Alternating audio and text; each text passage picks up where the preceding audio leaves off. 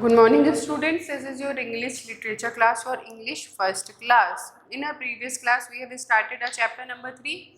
So take out your English first books, page number 18, chapter number 3. We have completed 3 paragraphs. Today we have to start from paragraph number 4, the Delligam. I hope you have taken out your books. पिछली class में हम लोगों ने क्या पढ़ा था कि ये स्टोरी थी ये स्टोरी है the gift of the Maggi.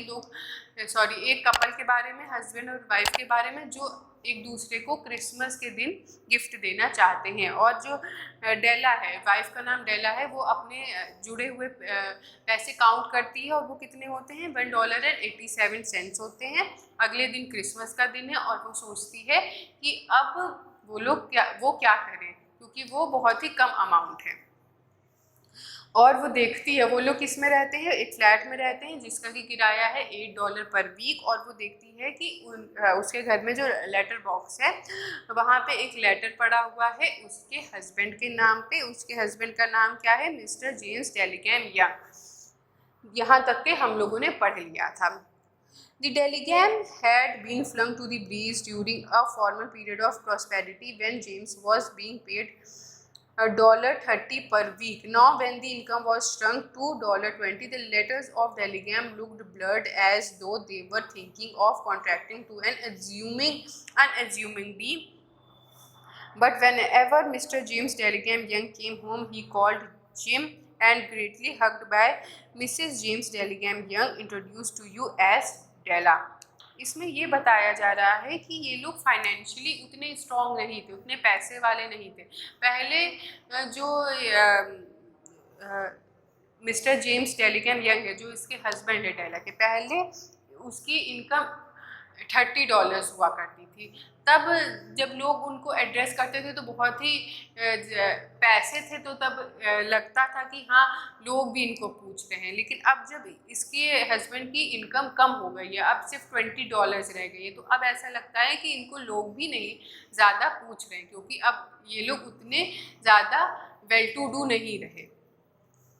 लेकिन जो डेला है उसके लिए, उसके हस्बैंड के लिए जो लव है वो कम नहीं हुआ है. वो उसको अभी भी वैसे ही चाहती है जैसे पहले चाहती थी, भले ही उसकी इनकम कम हो गई हो. आप समझ रहे, डेला का जो लव है अपने हस्बैंड के लिए, वो पैसों से नहीं काउंट किया जा सकता है. पहले जब उसकी $30 इनकम थी तब भी वो उसको उतना ही चाहती थी, और अब जब उसकी इनकम $20 हो गई अभी भी वो उसको उतना ही चाहती है. और डेला अपने हस्बैंड को प्यार से जिम बुलाती है, और जब भी वो उसके हस्बैंड घर आते हैं वो उसको जिम करके ही बुलाती है और उनको ग्रीट करती है, पूछती है. ठीक, यहाँ तक हमने पेज नंबर 18 कंप्लीट कर लिया है. Now come to page number 19. Della finished her cry and attended to her cheeks, and with the powder rag she stood by the window and looked out dully at a grey cat walking a grey fence in a grey backyard. Tomorrow would be Christmas and she had only $1.87 with which to buy a gym present. She had saved every penny she could for months, but $20 a week doesn't go far. Expenses had better than she had calculated. अब वो है जो डेला है, अब वो जैसे कि मैंने पहले बताया, वो अपने हस्बैंड के लिए गिफ्ट लेना चाहते हैं और उसके पास सिर्फ $1.87 ही है. अब वो बैठ के सोच रही होती है कि अब मैं क्या करूं, और वो बड़ी ही उदास होती है और उसको लगता है कि अब मुझे क्या करना चाहिए, क्योंकि ज़्यादा तो अमाउंट है नहीं. और वो विंडो के पास बैठ के ये सोच रही होती है और कैलकुलेट कर रही होती है. Many happy hours she had spent planning for something nice for Jim, something fine and rare, something just a little bit near to being worthy of the honor of being loved by him. और ये पहले Christmas तो अगले दिन था, लेकिन वो बहुत पहले से प्लान कर रही होती है और वो सोच रही होती है कि क्रिसमस आएगा तो वो जिम को कुछ अच्छा सा गिफ्ट लेकर देगी, एकदम यूनिक सा, एकदम खास सा, जिसको देख के जिम खुश हो जाए. तो वो ऐसा गिफ्ट चाहती थी, और अब वो बड़ी उदास है क्योंकि उसको लग रहा है कि उसके पास ज़्यादा अमाउंट नहीं कलेक्ट हुई है जिससे कि वो जिम को एक इस तरीके का गिफ्ट लेके दे सके.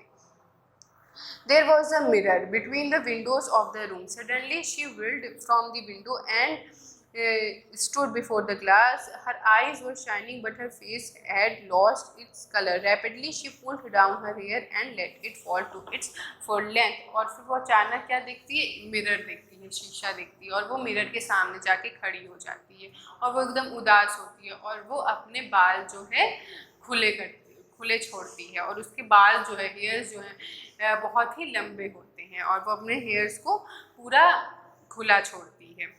There were two possessions of the GM Delcam Young in which they took a mighty pride. One was Jim's gold watch, and that had been his father's and his grandfather's. The other was Della's hair. अब इसमें क्या बताया जा रहा है, बहुत important paragraph है, समझिएगा इसको. इसमें ये बताया जा रहा है कि जो जेम्स है, जो उसके हस्बैंड हैं, वो उनको बस दो ही चीज़ों से लगाव था.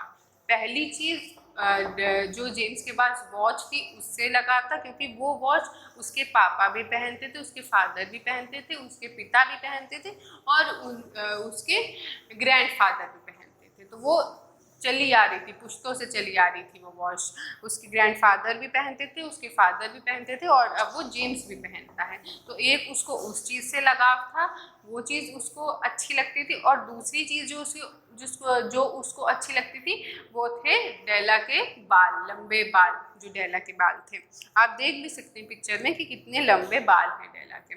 ठीक, डेलाज हेयर तक मार्क करिए. आज तक हम लोग यही रख रहे हैं. In our next class we will start from Delilah's beautiful hair. ठीक, your homework for today is that you have to read page number 90.